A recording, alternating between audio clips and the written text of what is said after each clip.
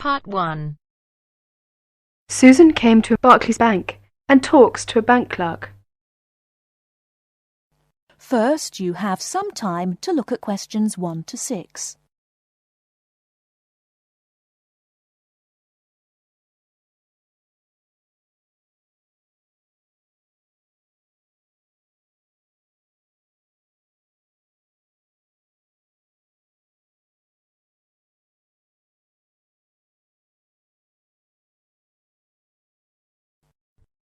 Listen carefully and answer questions 1 to 6. Good morning. What can I do for you? Good morning. I'd like to open a bank account. What kind of account do you want? I'm not quite sure. I'll be a college student. I simply require a safe place to keep my money and easy access to it. Can you recommend an account for me? All right. Do you get a grant? No, I will be supporting myself. I see. You could open an instant account. What's an instant account? Basically, it's an interest account. It has all the usual current account facilities such as a cash card and a deposit book, except a checkbook, and pays competitive interest on your account when it's in credit. There are 2 levels of interest for this account. If your balance is up to £500, the interest is 5.25%. If your balance is 500 or over, it attracts an even higher rate of interest, which goes up to 7.25%. You will receive a cash card for our machines, so you can withdraw money with the card from any machines or any Barclays branches when the bank is closed. Oh, I see. How can I withdraw money if I have no checkbook? Well, you have to withdraw money either using your card or visiting your branch. I see.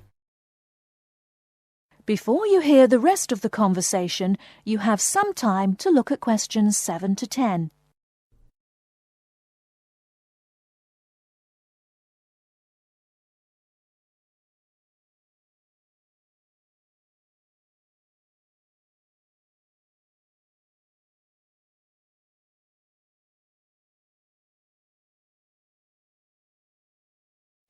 Now listen and answer questions 7 to 10.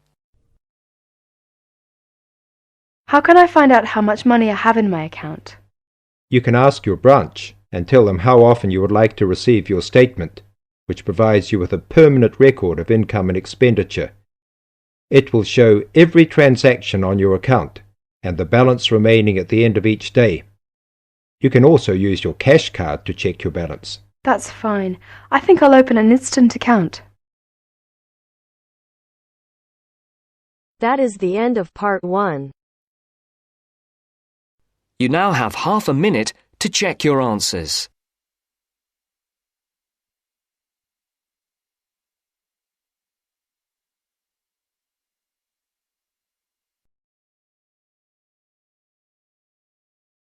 Now turns to Part 2. Part 2. A conversation between Mrs. Lamb, a member of the staff in a large hospital, and Andrew, who is a student in the nursing school. Mrs. Lamb is explaining the rules about visiting hours in the hospital. First, look at questions 11 to 14.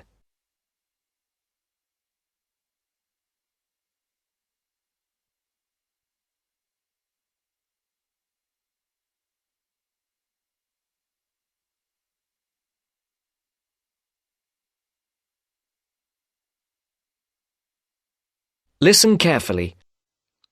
Hello, Andrew. I believe you want to know about visiting hours. Yes, I do, Mrs. Lamb. I have to fill this form out, and I'd like to have some idea why the different parts of the hospital have different times for visiting. I see. Well, let's start with an obvious one. Intensive care. People in intensive care are very sick indeed, and for that reason, we say that visitors can come between 6 a.m. and midnight. I can understand that. At the other end of the scale, our maternity patients are usually quite well, but we restrict their visiting hours from 8 a.m. to 8 p.m. We find they get very tired if we permit visitors all the time. I see. What about the surgical wards? The doctors prefer to do their rounds early in surgical, so visiting hours are 9 a.m. to 9 p.m. Surgical patients are often on very heavy painkillers, and they aren't really very good company for their visitors. But surely the visitors come to cheer up the patient, not the other way round. Of course. And often the visitors are able to help the patient a lot. That's why we allow visitors all day, the full 24 hours in the emergency ward. They help comfort the patient while they're waiting to be diagnosed. Of course, it's not just everyone who can visit a sick patient. People in intensive care can only be visited by their immediate family. What's more, we only allow 2 people in at any time. We let children of the immediate family in to visit people in intensive care, but we don't like to do it. It's very hard on the children, and it may distress the patient. However, if the patient asks for the child, and the family agrees, that's okay. What about children in maternity? Of course we let them in. They're very pleased to see their mothers. The rule in maternity is everyone may visit, up to 6 people at a time. The maternity ward is quite sociable after all. The surgical ward must be different. It is indeed. We don't allow children in the surgical ward because of the danger of infection. And as you know, we restrict the hours. There are a lot of procedures which must be carried out on surgical patients, and we only let 2 visitors come in at a time. And in emergency, people are allowed to visit all the time? Oh yes, we rely on patients' relatives to be there for them, and we permit everyone to visit the emergency department at all hours. However, we restrict it to 3 visitors for each patient. Otherwise, the room just gets totally crowded. Before the broadcast continues, look at questions 15 to 20.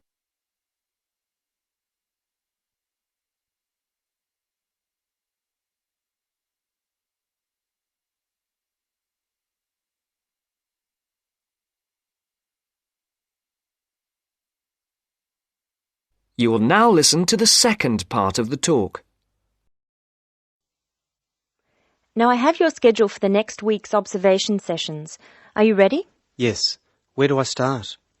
On Monday, you'll be in male surgical in the morning and in female surgical in the afternoon. You'll be following Dr. Shea on her rounds. Thank you. And on Tuesday? On Tuesday, you'll be with Dr. Thomas in the morning and Dr. Robertson in the afternoon. No, that can't be right.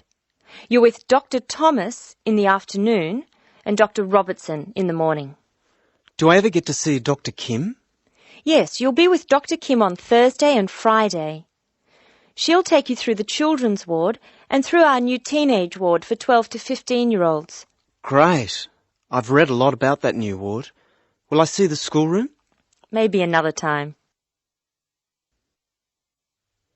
And what will I do on Wednesday? On Wednesday, you'll join the other students for lectures. You'll be in the Redmore lecture room between 8 and 10 a.m. and later between 2 and 3 p.m. Thank you. Do you know how big my class is? The intake this term is 200 first-year students. I'm pleased to say about 1/3 are men, which is good. Nursing used to be an almost entirely female occupation. I know. My father trained as a nurse, and he was considered very unusual. Is he still working as a nurse? Yes, he's working in a hospital in the country. I guess I just wanted to follow his example. That is the end of part 2. You now have half a minute to check your answers.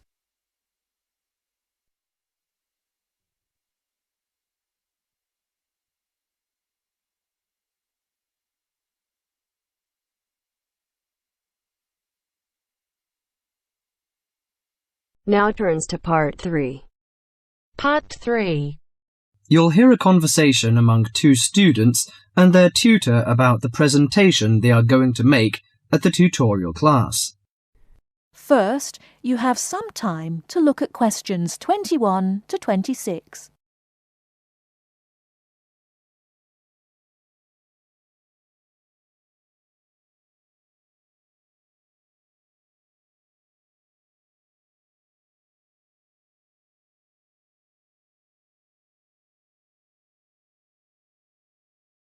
Now listen carefully and answer questions 21 to 26.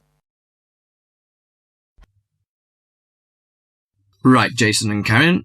How are your presentations for the next tutorial class? I feel a bit nervous. I haven't done that before. Although many of my classmates in the same tutorial group have finished theirs. But I think them a little uninteresting because they just read out their notes. I hope mine will be more attractive It seems you have a higher demand for yourself. As for me, I have no sense of uneasiness because I made one last semester. But I feel no sense of satisfaction about it. It lacked strong arguments, I think. How much did you get for the last presentation, Jason? 83% actually, but my goal for the next one is over 87%. It's pretty good. What is your topic for this one? Strategies for reading. I feel my biggest problem is in the reading speed, rather than vocabulary, which is most students' problem, though. I am slow, especially in reading articles on my major courses. They are complex and dull. Have you found any effective methods? Well, I am not quite sure. I suppose to skim the books or articles is a good approach. Yes, by skimming the book first, you get the choicest parts. It saves a lot of time. You don't have to read every word of the passage, but you have to learn to read certain parts intensively. Yes, I include that in my presentation. There is one thing I'm not clear yet. Why don't we make presentations more related to our major? Once you learn to write clearly, read analytically, and listen to lectures effectively, you'll begin professional tutorials. That means you should start from the basics. Well, Karen, how is your presentation?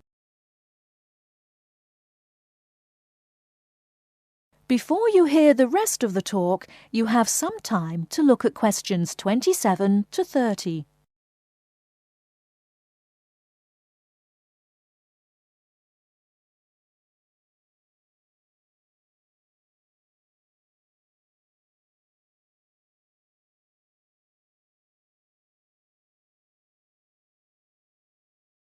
Now listen and answer questions 27 to 30. Oh, Karen, how is your presentation? I am still in a panic. I want to find some more interesting topics about writing, but I wonder what articles I can refer to, because there are so many of them. Did you get the list of the reading materials handed out last class? Yes, but there are over 20 on it. I have only a week to prepare, so I wonder if Okay, let me give you some suggestions. You needn't read them all because some of them deal with the same issue. The article by Holsworth is really worth reading. It covers the aspects of organising the thoughts and ideas. Okay, Holsworth. You should also read the article by Jackson, but just look at the part on research methodology, how they did it. Right, I'll read that one. You should also read the article by Fisher, but just look at the part on the writing plan. That is, how to plan your writing in a systematical way. Okay, Fisher, got that. And if you have time, the one by Risewell says very relevant things. It teaches how to title your articles and make it appealing. You should finish the whole book. Okay. Now, the one by Burns, if I were you, I wouldn't bother with the whole passage. Just read the conclusion, which summarises the use of rhetoric. Oh, now I understand. Thank you very much. That is the end of part 3. You now have half a minute to check your answers.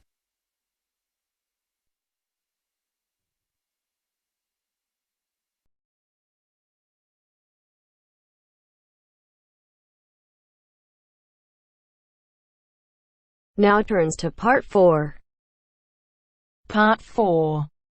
You are going to hear a news broadcast about proposed developments in a local area and about a local college. First, you have some time to look at questions 31 to 40.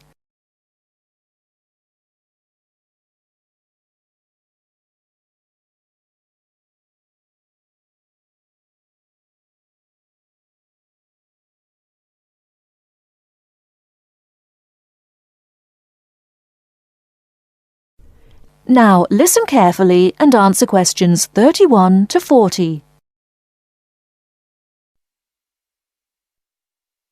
And now for our main headlines on Southern local news for today. First of all, the report relating to the proposed motorway and other developments around the village of Tartlesbury was published this morning. And, as has been expected, it has created quite a lot of interest. The new motorway will pass along the north side of the village, crossing the River Team less than half a kilometre from the well-known beauty spot, Streve Ford, to the northeast of the village. The motorway will cut the village off from the ford, where many children play. But that is not the end of it. There are also plans to build 1,000 houses on farmland west of the village. And on top of that, there are proposals to build an industrial estate for new technology companies on the site of the old steelworks on the edge of the village. A news centre with a swimming pool and a very wide range of sports facilities and a large supermarket with other shops are also planned next to the housing estate. Mr. Jones, a local farmer we spoke to early today, is strongly against the plans. But the local council is pushing for them to be adopted in full. They say that new housing is needed in the area and that it is an opportunity to take advantage of government grants for setting up new technology developments. The Mayor, Mr. Funn, says, "We must make every effort to do our part for the economy of the country and for the local people. This is a golden opportunity to put Tartlesbury on the map." Reactions to Mr. Funn's comments have been quick to come. Surprisingly, when we contacted the spokesman of the local conservation group, he was very much for the planned developments. But not all the local groups support the scheme. And, unlike the Mayor, the local MP, Mrs. Wright, is very much against the planned developments. Mr. Khan, a local shopkeeper, had this to say: "People are absolutely horrified at what is being proposed here. This is just a chance for some people to make money quickly. But I can assure you that if they think that local people are going to be a walkover, they have another think coming. Of course, we welcome the jobs that the new technology park will bring, but we feel that the large increase in housing and the proposed motorway will destroy the character of the area." I think this is a debate that is going to run on for quite some time, and we here on Local News will keep you informed. And now for something quite different.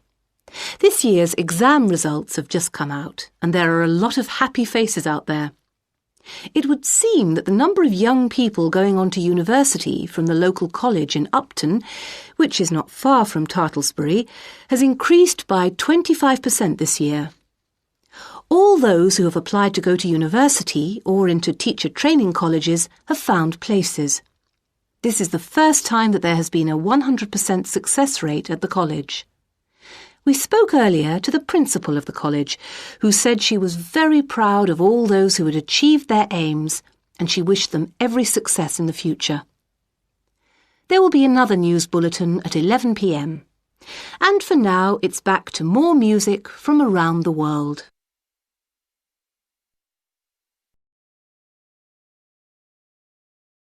That is the end of part 4.